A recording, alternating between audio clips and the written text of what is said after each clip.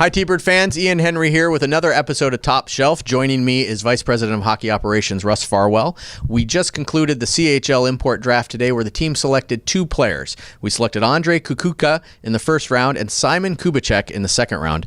Russ, let's start off with our first pick. Andrej, what did we like about him, and what does he bring to the table, and why did we draft him?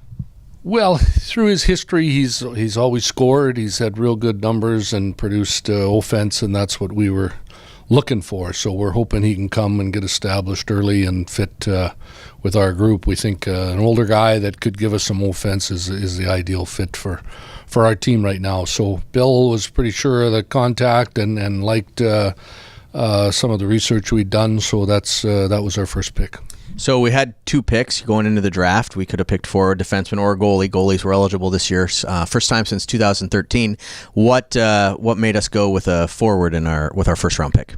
Oh, just what I said. We were looking for offense, and so that was the easy choice. Our decision then was what we would do with our second, and ideally we were hoping to get one of each, and that's the way it worked out. I think the Kubicek kid is a real talent. He played at the World, the under 18s there, and did well at that level. So we think we actually were surprised, and you hear this all the time, but we were surprised he got to the second round to us. So we were real happy with that.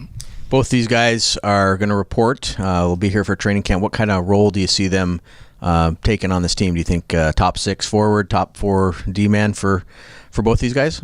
That's to be determined. I mean, we're sure hoping that as a 19-year-old we get established early and he can get a good start there as the forward. Otherwise, we're just we've got quite a number of returning defensemen, so who's going to play what role has to be determined, and that's why you have training camp.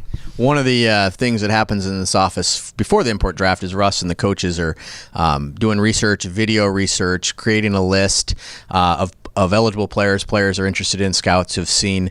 I see the hockey ops going past my office every day, it seems like, during the draft, putting out your list. What was the process for you and the coaches and the scouts and Bill to put together a list and look at video? What did you guys do to create this year's list? Well, it's the same always, but it's a real scramble because you're looking at video, it's varying degrees of quality, and the leagues are varying degrees of quality, so you're trying to quantify and judge a guy is hard to do.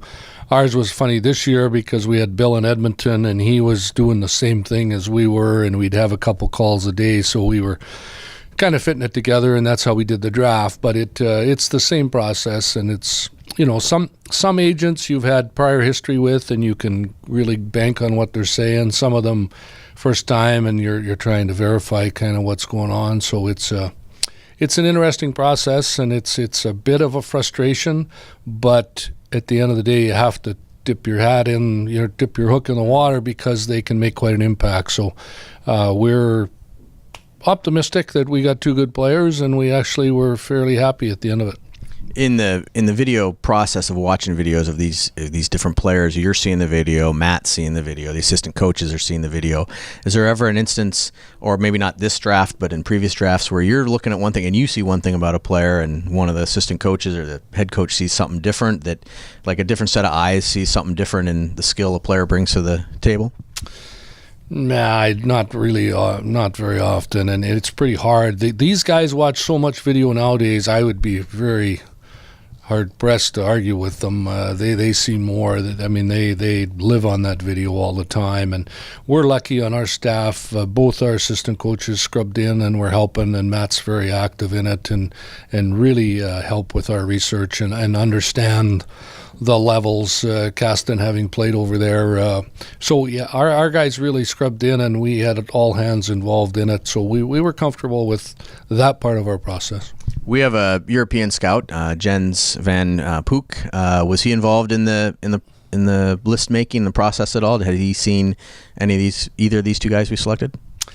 No, he's stationed there, and his situation this year, he wasn't able to travel as much. Last year he got to the World Championship, so he'd seen the Swiss players, and he gave us a ranking there and an opinion, but wasn't part of our overall list. That's just this year it wasn't able to work out.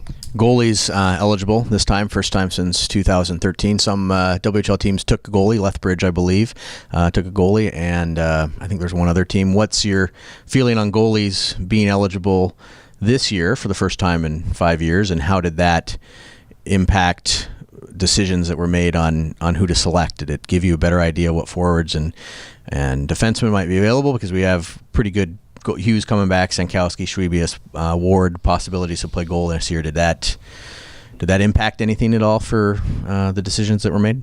Not in our case, because we decided we weren't in the goalie market, but it pushes a better player down to you if there enough of them are taken, and for the teams that are in need. I think overall it's a positive thing for our level in the Western Hockey League. I think it's a bit overdue having the goalies in the pool. So overall it's good, and when you're in the market, it's a good thing to be able to draw one. We felt our goaltending was good, and Hughesy really came on last year, and we have some depth there, so we it wasn't an option for us. Have you talked to Andrej or Simon yet, or has Matt talked to him and gotten any sort of reaction for what they think about being selected by the T-Birds?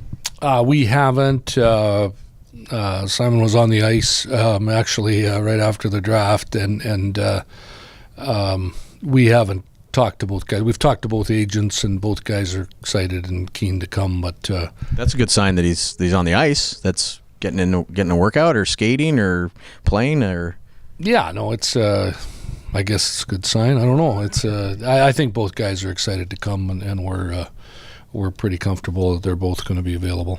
This was your first import draft as a VP of Hockey Operations. General Manager Bill LaForge is now the general manager. What was the process like with Bill being on the phone with the coaches in this office here, and how did that all go down? You mentioned that he had a source on our first round pick on Andrej.